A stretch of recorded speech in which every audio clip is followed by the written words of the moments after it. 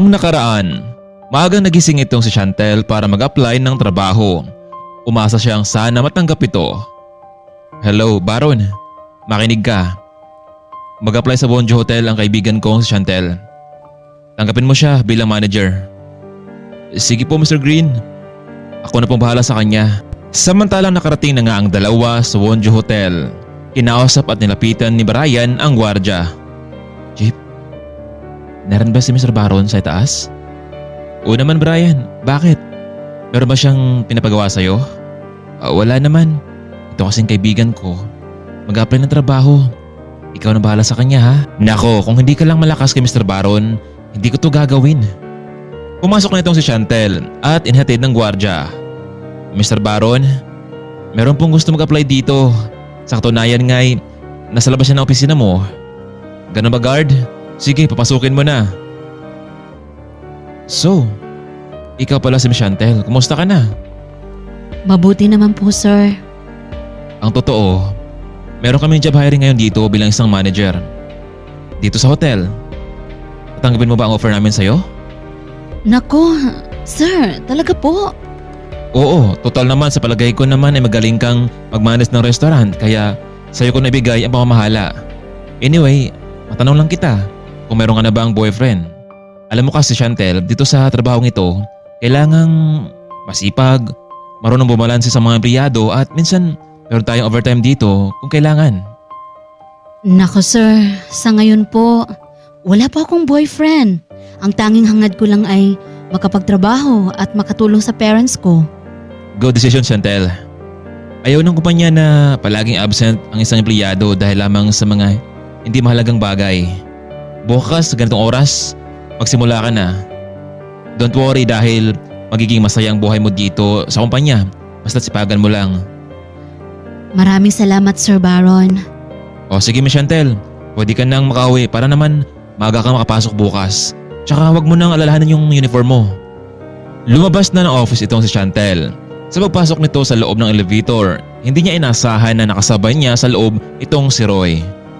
Oh, Chantel, anong ginagawa mo dito? Ilang linggo tayong hindi nakita ah. Ikaw, Roy, anong ginagawa mo dito? Ako? Meron akong appointment kay Mr. Baron at kapag naprobahan yon, magiging partnership ako ng Wonjo Hotel. Ikaw? Nag-apply ako bilang manager. At bukas na ang unang araw na pagpasok ko. Tingnan mo nga naman Chantel. Hanggang dito, magkasama tayo. Ano? Naghintay pa rin ako sa'yo. Pwede pa natin ipagpatuloy ang pag-usapan natin para hindi ko na makuha ang kumpanya ng mami mo at daddy mo. Roy, may boyfriend na ako. At mahal ko siya. Chantel, hanggat hindi pa kayo kasal, may pag-asa pa ako. Gagawin ko ang lahat para muli kang bumalik sa akin. Naunang lumabas itong si Roy sa elevator at nagtungo na ito sa kanyang sasakyan. Samantalang sumunod naman itong si Chantel, paglabas ito ng gusali ay naroon pala si Brian naghintay sa kanya. O Chantel, kumusta ang pag-apply mo? Nako, Brian, ang saya-saya ko dahil natanggap ako. At alam mo ba, magsisimula na ako bukas. Nako, kailangan rin i-celebrate yan. Nako, kailangan natin mag-celebrate dahil nakapasok ka, Chantel. Masaya ako para sa'yo. Saan tayo pupunta, Brian? Ako nang bahala. Treat kita. Ha? Iti-treat mo ako? Paano? Alam naman natin na kunti lang ang perang nakukuha mo. Chantel, trust me. Ganito lang tayo pero magagawa na ng paraan yan. Alam mo, Brian, nagtataka na talaga ako sa iyo ha. Meron ka bang nililihim sa akin? Wala naman. Nakita mo naman diba yung mga ginagawa ko araw-araw. Alam mo kasi, may kakilala ako sa loob ng Wonjo Hotel at kakausapin ko siya. Tara, bumalik tayo sa loob. Meron dong isang masarap na restaurant at kakausapin ko lamang doon ang may-ari at sigurado ako na papayag yun sa akin. Sino? Si Mr. Baron? Oo. Magkakilala kami noon. Kaya nakasigurado akong papayag siya sa gusto ko. Pagpasok sa loob ay nakasalubong nila itong si Mr. Baron. O Chantel, akala ko nakauwi ka na. Brian, anong ginagawa mo dito? Mr. Baron, ito nga pala si Miss Chantel, kaibigan ko. Maraming salamat ha dahil tinanggap mo siya sa trabaho. Brian, ano naman ang gusto mo?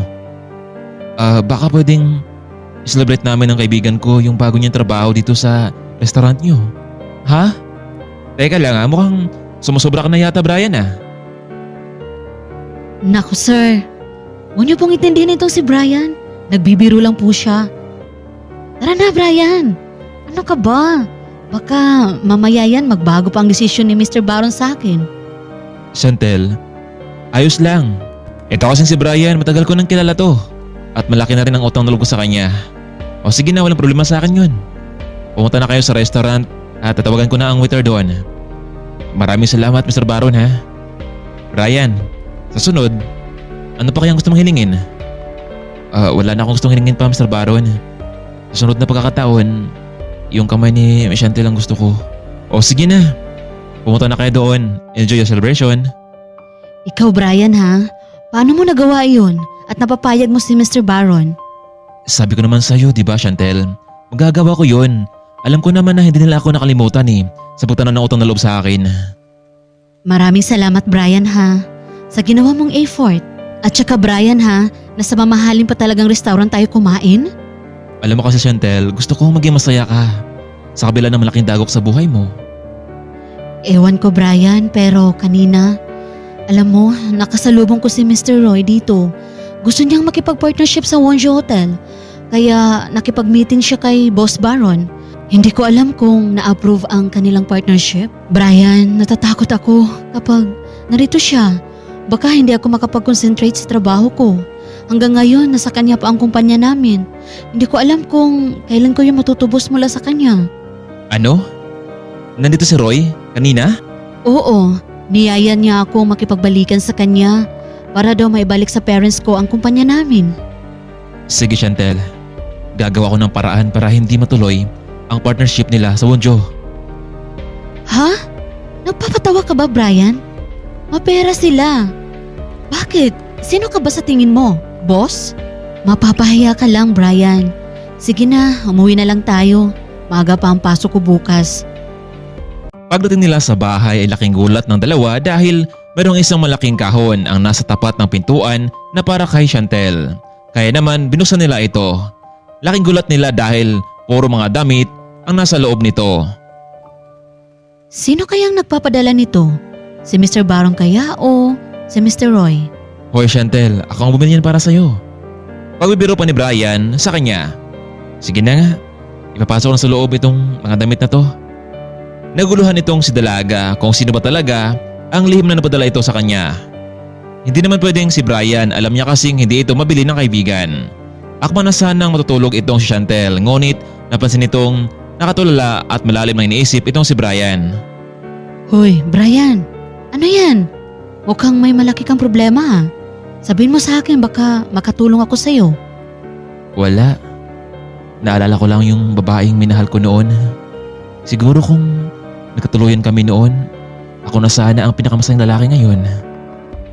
Kaya nga Brian, bago ka sumabak sa ganyang relasyon, piliin mo yung babaeng hindi ka iiwan. Paano kung ikaw na lang kaya Chantel? Ang ligawan ko, papayag ka ba? Ako? Seryoso ka ba Brian? Brian, pag-isipan ko muna. Alam mo namang kailangan kong matubos yung kumpanya namin mula kay Mr. Roy. Oo, inaamin kong hindi ka naman mahirap mahalin at saka masaya ako kapag magkasama tayo. Pero gusto ko munang mabawi mula kay Roy ang lahat ng pinaghirapan ng parents ko bago ko isipin ang sarili ko. O sige na Chantel, matulog na tayo. Umaga pa ang pasok mo bukas. Good night Brian. Hindi na nagawa pang sumagot nitong si Brian. Nakatulog na rin ito dahil sa pagod. Good morning Brian, wake up na. Nakahanda na palang almusal natin.